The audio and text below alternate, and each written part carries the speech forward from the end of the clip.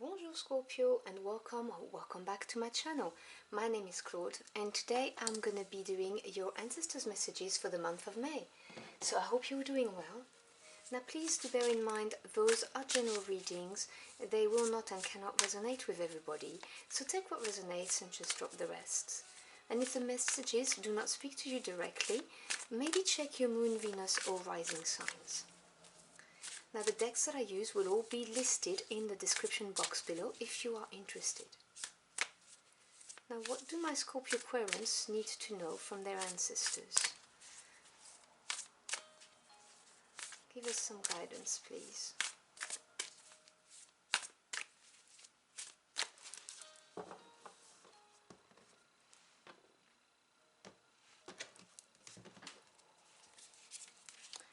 We begin with card 57, Unmarked Trail, Revelation. I'm trying to show you the art. Now 57 reduces to 12 and in turn 3, which is growth, expansion, creation. The unmarked trail talks about maybe taking the path that's the less trodden. It also talks about things coming to light if you do, because there is this idea of revelation.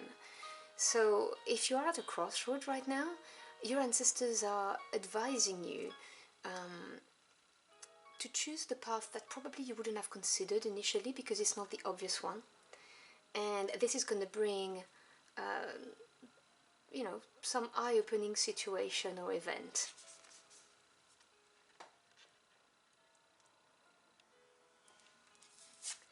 The second message is the Eyes of the Eagle, card 18, which reduces to number 9, Achievement in Tarot, Rising Above the Fray. Now, this is the card that talks about putting some distance between yourself and a situation or people in order to examine it with distance, because with distance you are not emotionally involved in it anymore and you are free to just observe it for what it is and really look at the minor details, as you can see with the glass around the eye of the eagle. Eagles can see all of the tiniest thing even from far away. They have sharp eye, they have an eye for detail. And so your ancestors are telling you to really distance yourself from something and look at things, you know, from a detached point of view and look at all of the details, look at things very, very closely. Because that's the key to achieving something. And then you have card 34, Lay of the Land, Ancestral Wisdom. So 34 is number 7, which is experience, analysis, self-evaluation. Ancestral wisdom. This is really your ancestors telling you, we have some pearl of wisdom to give to you. And we can help you if you're at a crossroad. Probably because they've been through the same things as you have and you may not be aware of it, you know. This is like a cycle repeating itself. And they're trying to support you. That's the message I'm getting. So, you know, I would be very, very open to synchronicities and signs around you.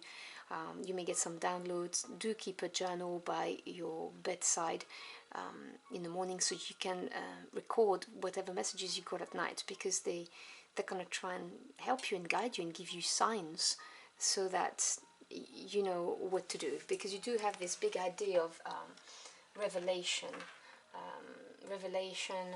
that will appear to you once you detach yourself and look at things, you know, in detail. And, you know, ancestral wisdom, their support, their knowledge.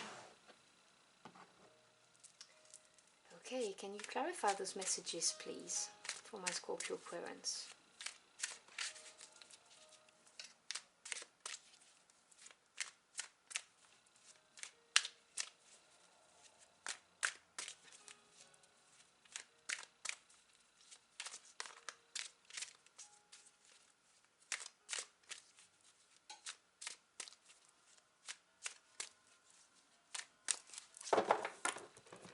I'm sorry if I'm taking too long to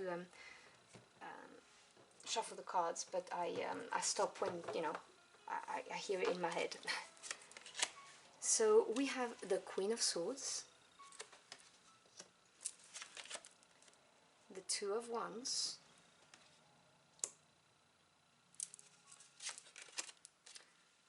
and the Justice card. Okay.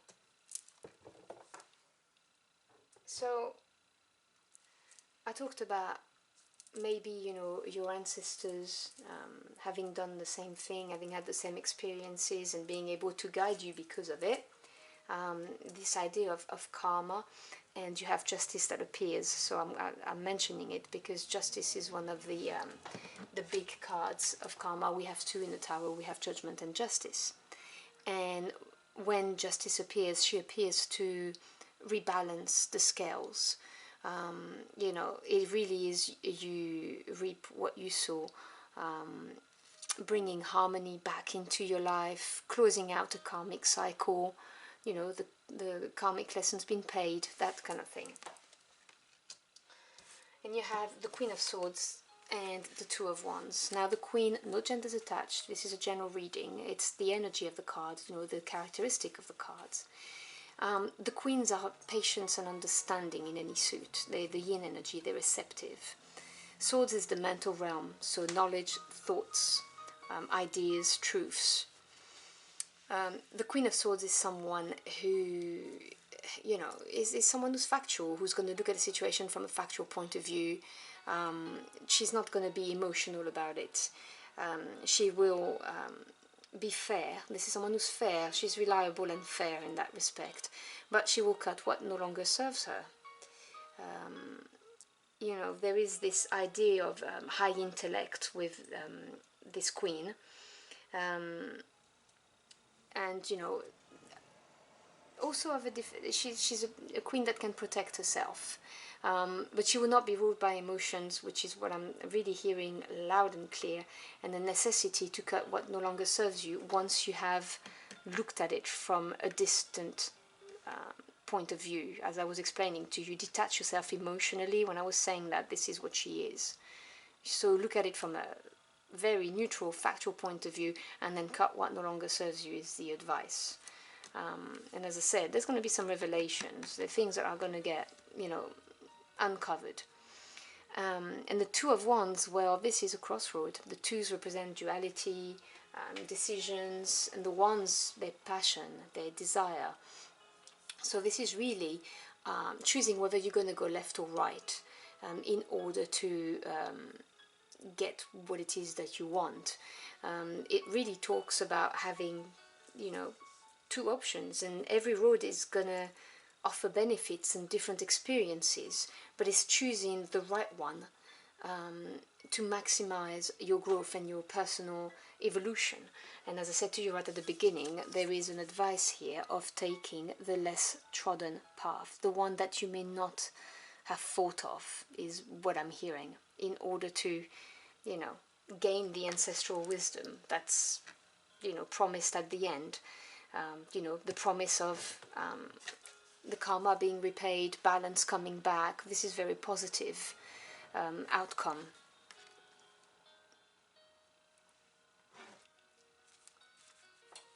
Can we have other messages for my Scorpio Aquarians, please?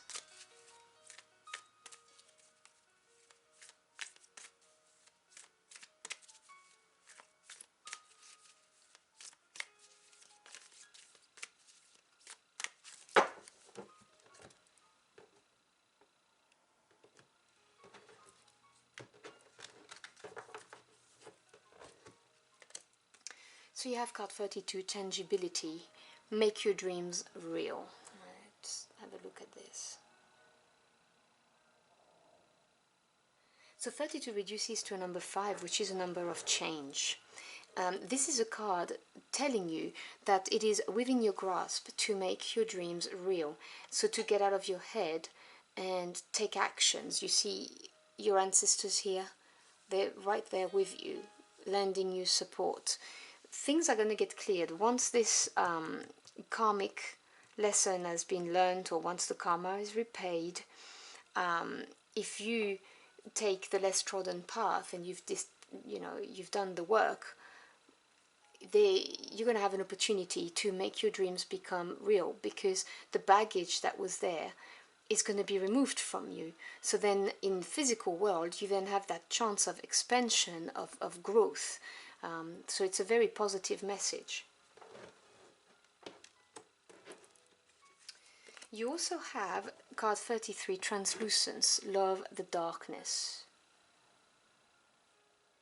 This is the card of shadow work. 33 reduces to 6, which is harmony after a change or a challenge. Love the Darkness is saying do not be afraid to go within, or in the case of this reading, to go on the less trodden path, because of course there's apprehension. You know, doing something that other peoples do not do can be scary, because, you know, what if we fail, that kind of thing. And it is really not being afraid of this. Your ancestors are saying, okay, you've got everything you need to make your dreams come true. We're guiding you, we're giving you advice. You're being freed from whatever karma there was from them or from you, and they're telling you to enjoy it, to just go through that portal, to take the path that you didn't think you should take or was available to you, take what resonates, and to enjoy it. Instead of being afraid of the darkness, to actually enjoy it. And if you're doing some shadow work and you're looking within and trying to find out who you are, what you want, not to judge the darkness, because we are all made of light and dark. One cannot live without the other. So it's really doing this kind of work with self-love and total acceptance of the situation.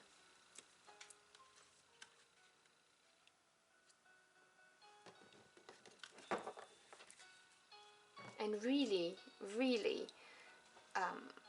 I'm getting this idea of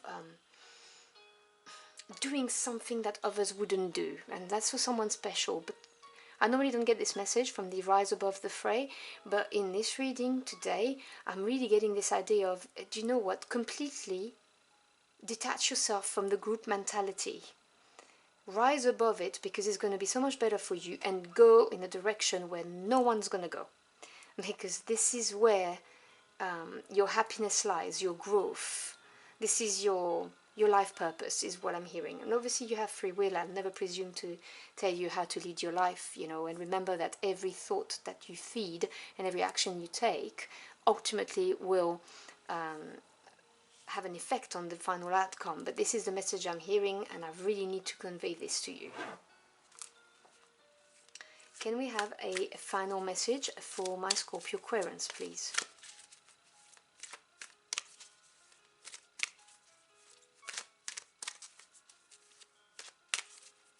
And for some of you, there may be a need to go back to where your roots are, where you're from.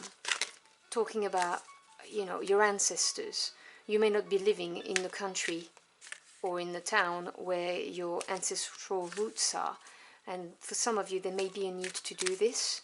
That may be the less trodden path, if your family has immigrated, for instance. Sorry, that's just for some of you. I had to say it as well. Alright, let's see what your final message is.